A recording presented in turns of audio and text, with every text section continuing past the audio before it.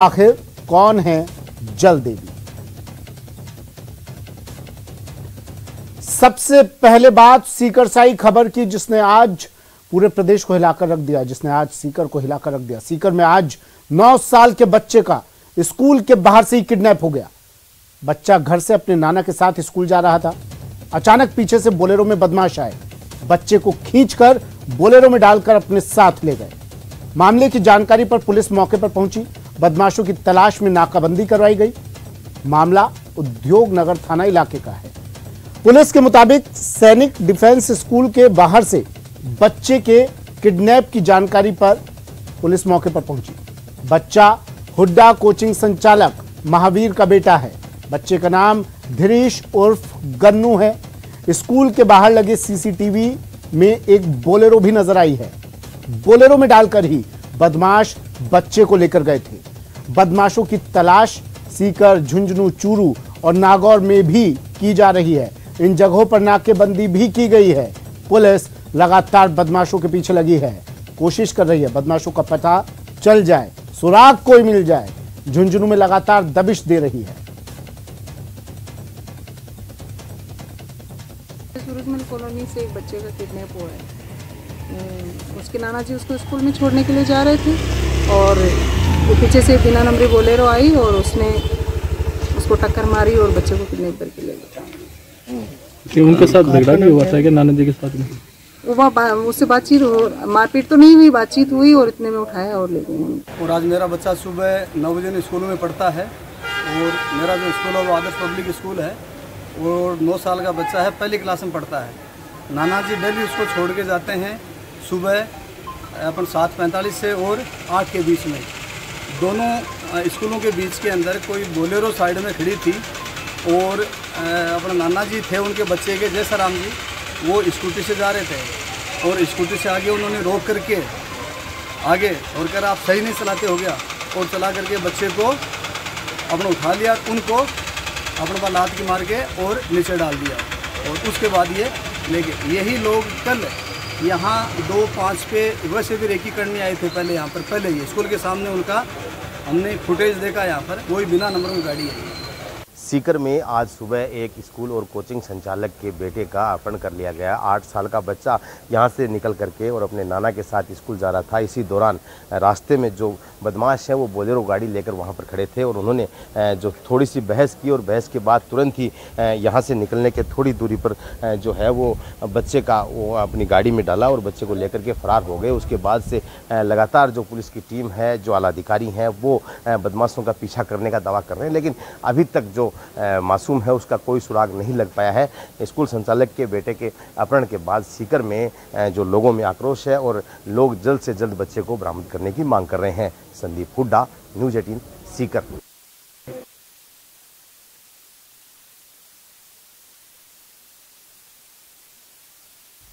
चलिए, मेरे सहयोगी संदीप हुड्डा हमारे साथ सीकर से जुड़ गए हैं फोन लाइन पर। संदीप, अपडेट क्या अब इस पूरे मामले पर? पुलिस की जांच कहां तक पहुंची और एक बार फिर से बताइएगा किस तरह इस वारदात को अंजाम दिया गया। जो दर्शक अभी हमारे साथ जुड़े हैं उनकी जानकारी के लिए देखिए, तस्वीर भी हम दिखा रहे हैं, सीसीटीवी फुटेज दिखा रहे हैं, वो बोलेरो दिखा रहे हैं जिसमें इस बच्चे का अपहरण कर ले जाया गया। किस तरह इस वारदात को अंजाम दिया गया, पुलिस की जांच कहां तक पहुंची? देखिए सुमित, सबसे पहले तो मैं बताना चाहूंगा कि जब ये बच्चा सुबह तकरीबन 8 बजे की बात है, जब बच्चा स्कूल जाता है तो स्कूल जाने के लिए, चूंकि ये इनके खुद का भी स्कूल है लेकिन वहाँ प्री प्राइमरी सेक्शन नहीं है, इसलिए दूसरी स्कूल में बच्चे को भेजते हैं। स्कूल में जो ये परिवार है ये रहता है, तो यहाँ से अपने नाना के साथ निकला था। निकलते ही थोड़ी ही दूरी पर पहले से जो बदमाश है वो जो बोलेरो गाड़ी में वहाँ पर मौजूद थे और बताया जा रहा है कि हल्का सा उन्होंने बाइक को लेकर के विवाद करने की कोशिश की और जैसे ही नाना ने कुछ कहा, इतने में बच्चे को उठाया और गाड़ी में डाल करके यहाँ से फरार हो गए। उसके बाद तकरीबन 5 घंटे का समय बीत चुका है लेकिन अभी तक कोई सुराग नहीं लग पाया है। पुलिस का यह कहना है कि बदमाशों का लगातार पीछा किया जा रहा है, घेराबंदी की जा रही है, लेकिन थोड़ी देर पहले ये बताया जा रहा था कि झुंझुनू जिले के ग्रामीण इलाकों में जरूर बदमाशों का मूवमेंट उनका देखा गया है। उसके बाद से अब तक कोई भी जानकारी पुलिस के पास नहीं आई है और न जो पुलिस है वो बदमाशों तक अब तक पहुंच पाई है। वक्त बीतता जा रहा है, वक्त गुजरता जा रहा है, लेकिन पुलिस के हाथ अब तक कोई सुराग नहीं लगा है इस सीसीटीवी फुटेज के अलावा। अब आपकी बात हुई होगी जांच अधिकारियों से, कई जगहों पर दबिश तो दे रही है पुलिस, लेकिन ये जांच आगे कहां तक बढ़ी है अब तक? परिजन क्या कह रहे हैं बच्चे के? किसी से कोई रंजिश की बात सामने आ रही है? कोई फोन कॉल आई परिजनों के पास? देखिए सुमित, अब ये माना जा रहा है कि अगर फिरौती से जुड़ा हुआ मामला होता तो तकरीबन 5 घंटे का समय बीत चुका है, तो कहीं ना कहीं कुछ डिमांड की जाती या कोई फोन आता, लेकिन इस तरह की कोई भी हरकत जो बदमाश है उनकी तरफ से नहीं की गई है। तो प्राथमिक तौर पर यह भी माना जा सकता है कि किसी न किसी तरह की छोटे मोटे विवाद, चूंकि इनके स्कूल और कोचिंग संस्थान चलते हैं, तो कहीं कोई बात हल्की हुई हो और उसके बाद किसी ने इस तरह की कोशिश, क्योंकि और तो परिजनों का भी कहना है कि किसी से कोई विवाद या रंजिश नहीं है। शुक्रिया संदीप तमाम जानकारी के लिए। संदीप हुड्डा मेरे सहयोगी सीकर से फोन लाइन पर जुड़े, कह रहे हैं कि अभी तक किसी तरह का कोई फोन कॉल परिजनों के पास नहीं आया है। पुलिस जगह जगह दबिश दे रही है, अपराधियों की तलाश कर रही है। एक और खबर है बीकानेर से, बड़ी खबर, बीकानेर में बेनीवालगढ़ कानून व्यवस्था पर हनुमान बेनीवाल का आक्रोश। सीकर में बालक के अपहरण पर बेनीवाल ने कहा कि सरकार होटलों में तो कभी रिजॉर्ट में व्यस्त है, प्रदेश में कानून व्यवस्था राम भरोसे है।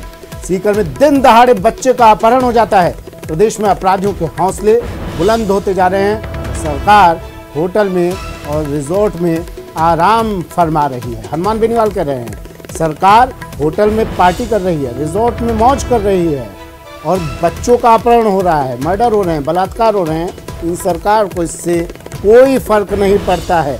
हनुमान बेनीवाल का सरकार पर सीधा निशाना।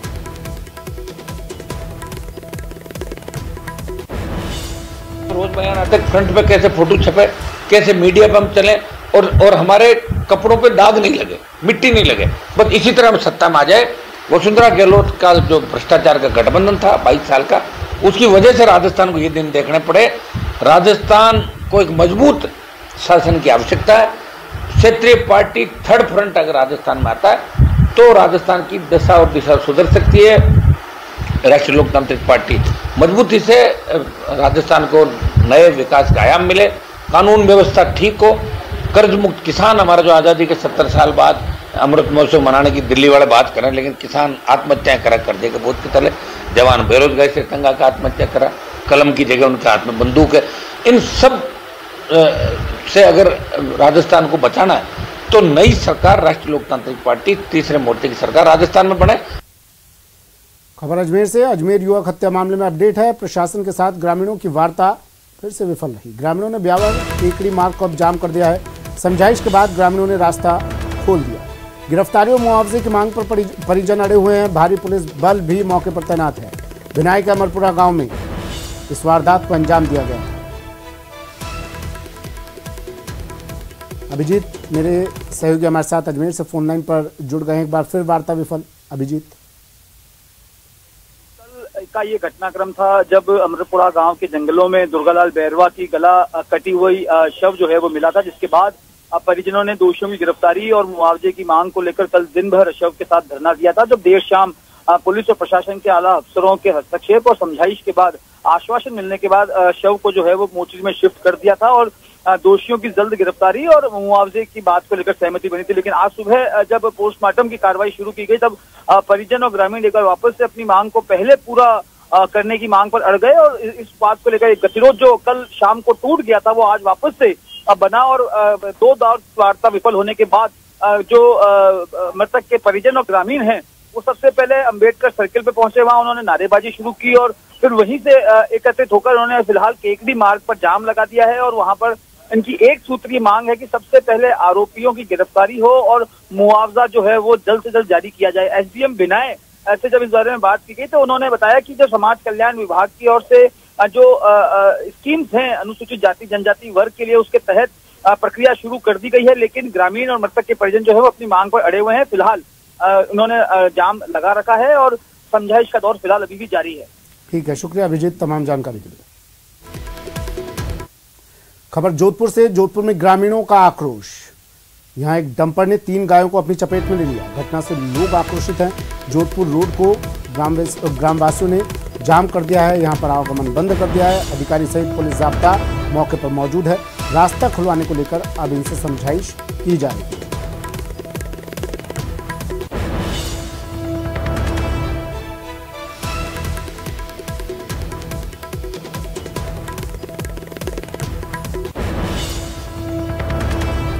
जोधपुर से खबर, ग्रामीणों का आक्रोश, एक डंपर ने 3 गायों को चपेट में लिया। इसके बाद आक्रोशित ग्रामीणों ने यहां पर प्रदर्शन किया, रास्ता जाम कर दिया। अब इनसे समझाइश की जा रही है। ये तस्वीरें देखिए, बड़ी संख्या में ग्रामीण यहां पर रास्ता जाम कर बैठ गए। इसके बाद पुलिस प्रशासन मौके पर पहुंचा और समझाइश की तमाम कोशिशें की जा रही है।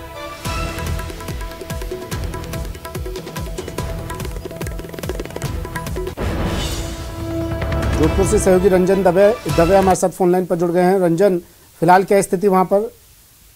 जी, निश्चित तौर पर ये जो घटना आज सवेरे घटित हुई थी उसमें 3 गायों की मौत के समाचार हैं और ग्रामीणों ने ये आरोप लगाया कि जो बजरी के डंपर यहाँ से निकलते हैं वे बेपरवाह और लापरवाह होकर के यहाँ से गुजरते हैं, उस कारण ये हादसा हुआ है। उसको लेकर के ग्रामीणों ने रास्ता जाम किया था और जो ग्रामीण जो मार्ग है वहाँ झाड़ियां सड़क पे लाकर के मार्ग अवरुद्ध किया था। लोग अपने वाहन लेकर के वहां पहुंचे थे। आसपास के ग्रामीणों को जैसे ही इसके बारे में जानकारी मिली वे सब पहुंचे और उसके बाद में ठोस कार्रवाई की मांग कर रहे थे। हालांकि स्थानीय पुलिस जाब्ता भी वहां पहुंचा था और समझाइश के प्रयास किए गए थे। तो वहां जो ग्रामीण जो स्थानीय लोग थे उन्होंने वरिष्ठ अधिकारियों को वहां बुलाने की बात कही थी और उसके बाद में इनकी बात पर सहमति भी बनी है और इस बात के लिए आश्वस्त किया गया है कि यहाँ जो कानून व्यवस्था है और जो अवैध जो बजरी डंपर जो जाते हैं उनको लेकर के सख्त हिदायत और सख्त कार्रवाई करने की बात कही है। मैं बताना चाहूंगा लगातार है जो अवैध बजरी खनन को लेकर के लगातार इस क्षेत्र से ऐसी कई घटनाएं सामने आती है,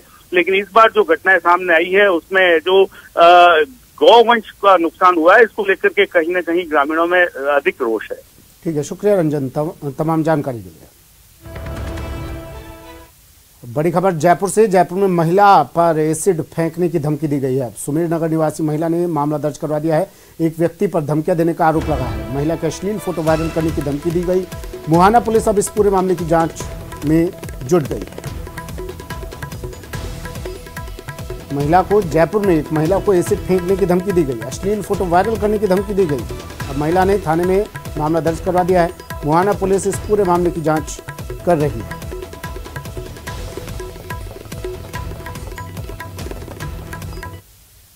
खबर झुंझुनू से है, जहां नवलगढ़ थाना इलाके के बीलवा गांव से युवक का अपहरण कर मारपीट करने के मामले में नया मोड़ आया है।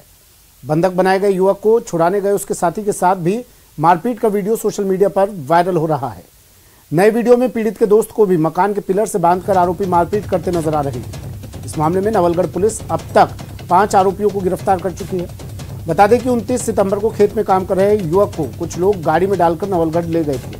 इसके बाद आरोपी युवक को सिग्नौर गांव ले गए, जहां पर युवक को पिलर से बांधकर लाठियों और सरियों से मारपीट की गई। फिलहाल पुलिस मामले की जांच में जुटी है। झुंझुनू के नवलगढ़ थाना इलाके के बीलवा गांव से युवक का अपहरण कर सिग्नौर गांव में बंधक बनाकर मारपीट करने का मामला।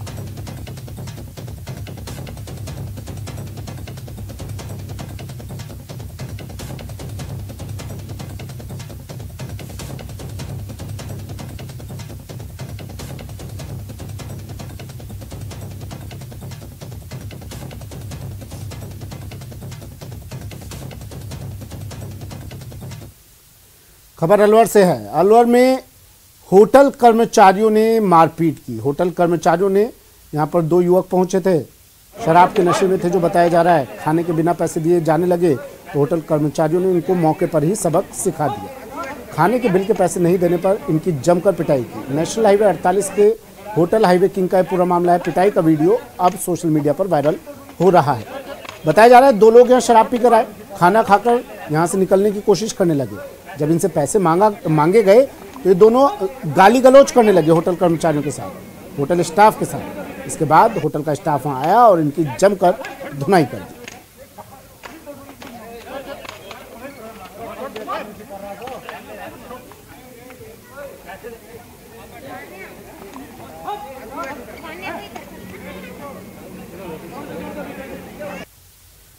कोटपुतली के पनियाला थाना इलाके के देवता गांव स्थित रॉयल्टी नाके के माइंस पर बोलेरो सवार आधा दर्जन बदमाशों ने फायरिंग की। बदमाश यहां से करीब 2.25 लाख रुपए लूटकर फरार हो गए। बदमाशों ने यहां जमकर तोड़फोड़ भी की और सीसीटीवी कैमरे तोड़कर डीवीआर अपने साथ ले गए। सूचना पर पुलिस मौके पर पहुंची और घटना की जानकारी ली। इस संबंध में रॉयल्टी नाका कर्मी ने पुलिस थाने में रिपोर्ट भी दर्ज करवाई है। फिलहाल पुलिस मामले की जांच कर रही है।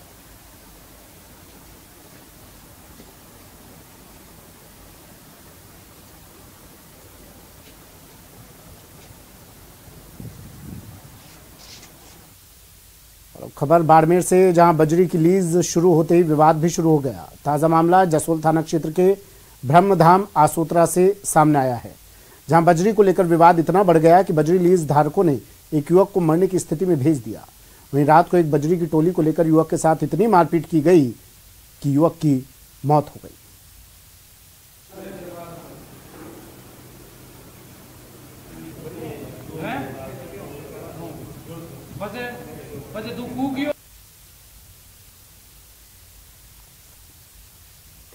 राजसमंद में 2 गुटों में खूनी संघर्ष हो गया। बोरज गांव में 2 गुटों में खूनी संघर्ष की सूचना है। परिवार पर धारदार हथियार से हमला किया गया। परिवार के 3 सदस्यों की गंभीर घायल अवस्था में अस्पताल में भर्ती करवाया गया। इसके बाद जिला अस्पताल में इलाज के बाद उन्हें उदयपुर रेफर किया गया। राजनगर थाना क्षेत्र के बोरज गांव की यह घटना है। राजसमंद में 2 गुटों में खूनी संघर्ष, गंभीर घायलों को उदयपुर रेफर किया गया। राजनगर थाना क्षेत्र के बोरज गांव की घटना। बड़ी खबर राजसमंद से।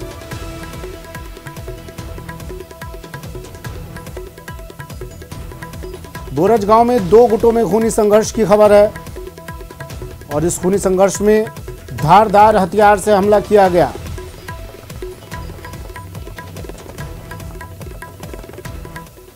खबर चूरू के सादुलपुर से है, जहां बदमाशों का आतंक जारी है। जानकारी के मुताबिक गांव ढाणी मोजी में गाड़ियों में सवार होकर आए 24 से ज्यादा लोगों ने गांव में जमकर दहशत फैलाई।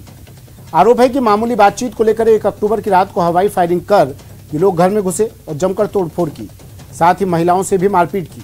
इस दौरान घर में मौजूद महिलाओं को चोटें भी आई। घटना की लिखित शिकायत पुलिस को दी गई, लेकिन पुलिस ने अब तक कोई कार्रवाई नहीं की है।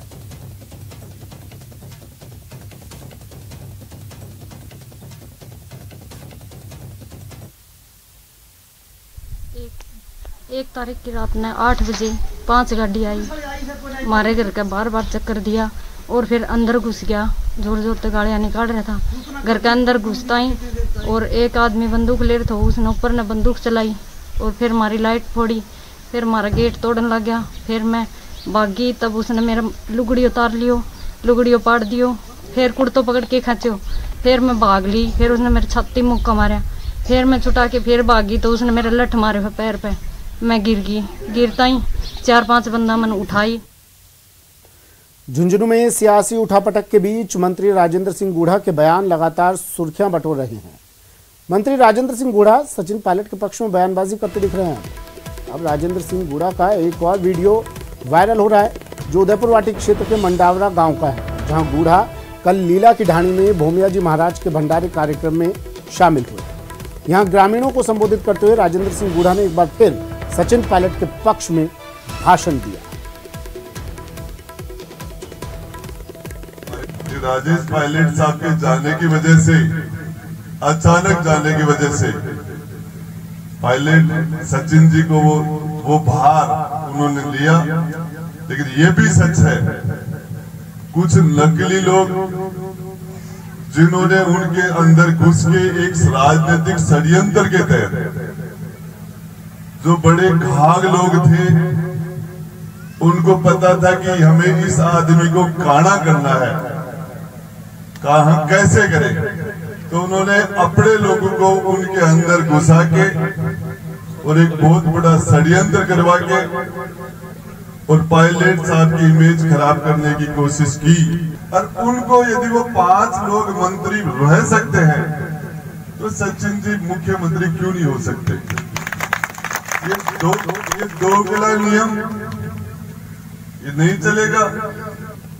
मैं तो पायलट साहब को धन्यवाद देता हूं, इतनी बात सुनने के बाद भी, इतनी गालियां सुनने के बाद भी उस आदमी ने अपना धैर्य नहीं खोया, अपनी बर्दाश्त रखी और उस बात को पी गया वो आदमी। तो कोई राजनीतिक दृष्टि से नहीं, एक आदमी को चारों तरफ से अभिमन्यु को, जैसे महाभारत के युद्ध में चारों तरफ से अभिमन्यु को सारे महारथियों ने घेर लिया था और छल कर। बजट घोषणाओं को लेकर मुख्यमंत्री अशोक गहलोत बैठक ले रहे हैं। बजट घोषणाओं की क्रियान्विति की समीक्षा कर रहे हैं। 4 वर्ष की कुल 2722 बजट घोषणाएं, 2429 घोषणाओं की स्वीकृति जारी हो गई है। 2067 बजट घोषणाएं पूर्ण और प्रगतिरत हैं। सीएम गहलोत बैठक ले रहे हैं बजट घोषणाओं को लेकर।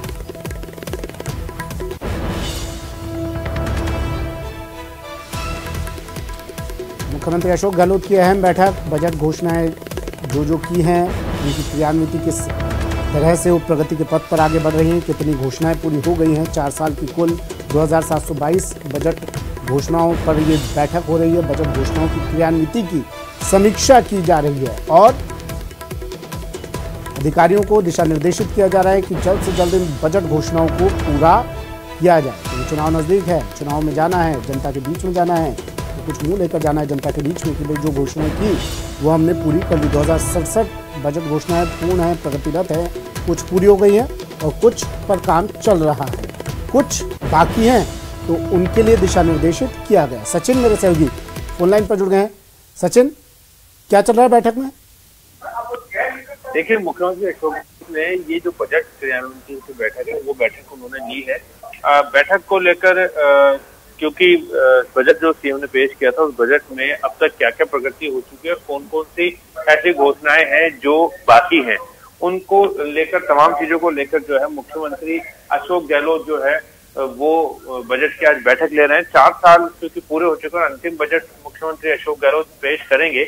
ऐसे में आज की बैठक इसलिए महत्वपूर्ण हो जाती है कि काफी ऐसी बजट घोषणाएं हैं जो पूरी नहीं हो पाई है और काफी महत्वपूर्ण बजट घोषणाएं हो जाती है। ऐसे में आज की ये बैठक इसलिए ली गई है सभी विभागों सचिवों के साथ में कि जो काम शेष बचा है उसको जल्दी पूरा किया जाए, क्योंकि अब तकरीबन 5 से 5 महीने का समय आसपास बचा हुआ है, अक्टूबर, नवंबर, दिसंबर और उसके बाद 3 महीने, तकरीबन 6 महीने का समय बचा हुआ है। तो ऐसे में मुख्यमंत्री चाहते हैं कि तमाम जो बजट घोषणाएं हैं वो पूरी हो जाए या वो उन पे काम शुरू हो जाए, जिससे कि आने वाले समय में जब तक सरकार अपना टेन्योर पूरा करे वो बजट घोषणा पूरी कर ली जाए। तो उन तमाम तरह की चीजों को लेकर आज की बैठक ली गई है और काफी महत्वपूर्ण बैठक है। बैठक अभी भी जारी है और लगातार मुख्यमंत्री जो है वो एक एक विभागवार बातचीत कर रहे हैं, इसलिए बैठक थोड़ा लंबी भी बैठक चल रही है। तकरीबन 12 बजे के आसपास बैठक शुरू हुई थी और 1:30 बजने वाले, तो 1.5 घंटा के आसपास बैठक चल गई है। कुछ देर अभी और बताया जा रहा है कि बैठक चलेगी, क्योंकि तमाम विभाग है, विभागों के सचिव है, तो विभागवार। सचिन, तमाम जानकारी। और अब बात बेरोजगारों के हल्ला बोल हक के लिए दांडी मार्च की।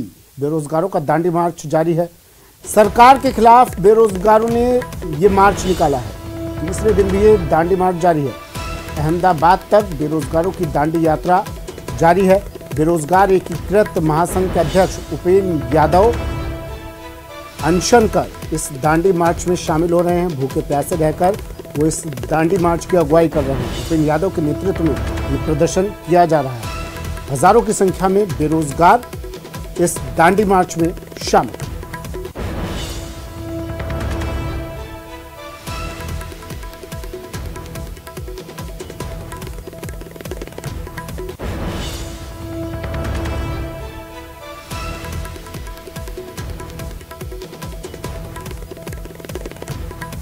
बेरोजगारों का दांडी मार्च लगातार जारी। गुजरात में ये दांडी मार्च हक के लिए बेरोजगारों का हल्ला बोल। सरकार के खिलाफ ये मार्च बेरोजगारों ने निकाला है। श्याम विश्नोई मेरे सहयोगी हमारे साथ जुड़ गए हैं। श्याम, अपडेट क्या है इस दांडी मार्च को लेकर? तीसरा दिन आज मार्च है, ये पालनपुर से रवाना हुआ था और आज तीसरा दिन है, यानी कि 51 किलोमीटर की दांडी यात्रा पूरी हुई है। और शनि मंदिर है, वहां पर ये तमाम जो राजस्थान से आए हुए बेरोजगार है वो बैठे हैं, क्योंकि प्रत्येक दिन 20 से 25 किलोमीटर का ही सफर तय किया जा सकता है, क्योंकि संख्या ज्यादा है और ऐसे में तमाम लोगों के लिए खाने पीने जैसी व्यवस्थाओं को लेकर। लेकिन निश्चित तौर से दांडी यात्रा है ये समाप्त अहमदाबाद में होगी। लगातार ये जारी है। अहमदाबाद से पालनपुर हाईवे पर जो राजस्थान के विभिन्न जिलों से पहुंचे हुए सैकड़ों की संख्या में बेरोजगार अपनी हक के लिए ये दांडी यात्रा निकाल रहे हैं। ऐसे में उपेंद्र यादव ने आज जिस तरीके से बयान दिया है कि अगर उनकी मांगों को लेकर राजस्थान सरकार किसी तरीके से गंभीरता नहीं दिखाती है तो राहुल गांधी की भारत जोड़ो यात्रा के लिए एक अलग से टीम है, वो पूरे राजस्थान के जो बेरोजगार है वो तैयार हो रहे हैं। वो बड़ी संख्या में, यानी कि हजारों की संख्या में जो बेरोजगार है वो राहुल गांधी की भारत जोड़ो यात्रा का भी विरोध करेंगे। लेकिन वो स्टेप होगा जब अहमदाबाद ये जो दांडी यात्रा पूरी होने के बाद में वो होगा। तो ऐसे में निश्चित तौर से ये जो 51 किलोमीटर का सफर तय करने के बाद में बीच में शनि मंदिर तक ये जो यात्रा पहुंची और लगातार जो है खुले आसमान के तले जो है ये बेरोजगार अपने हक की मांग को लेकर जो आंदोलन कर रहे हैं। जी, ऐसे में सवाल ये भी उठता है श्याम कि इनकी जो जरूरतें हैं इस दौरान, मार्च के दौरान, वो किस तरह पूरी हो रही है? खाने पीने की व्यवस्था, रुकने की, ठहरने की व्यवस्था, क्योंकि हजारों की संख्या में लोग हैं। कोई सामाजिक संस्था, कोई लोग जुड़े हैं इनके साथ? देखिए सुमित, आपका बहुत अच्छा सवाल है और हम लोग न्यूज 18 राजस्थान लगातार उस चीज को कवर कर रहा है। हमने देखा है कि वहां पर इन लोगों को अपने हाल पे ये लोग कवर कर रहे हैं, क्योंकि हम लोगों ने भी बहुत सी चीजें देखी, लेकिन इन लोग जो खुले आसमान के तले महज एक दरी के भरोसे सोते हैं रात को, और खाने के लिए महज रात को एक रामदेव बाबा का जो भंडारा चलता है उस भंडारे के अंदर मंदिर में भोजन किया था सभी लोगों ने, और उसके बाद में अपने अपने स्तर से ये व्यवस्था की जा रही है। किसी भी तरीके से सामाजिक संगठन या आर्थिक मदद है वो नहीं मांगी जा रही है। शुक्रिया श्याम तमाम जानकारी के लिए। चलिए, वक्त एक ब्रेक का है, जल्द हाजिर होंगे।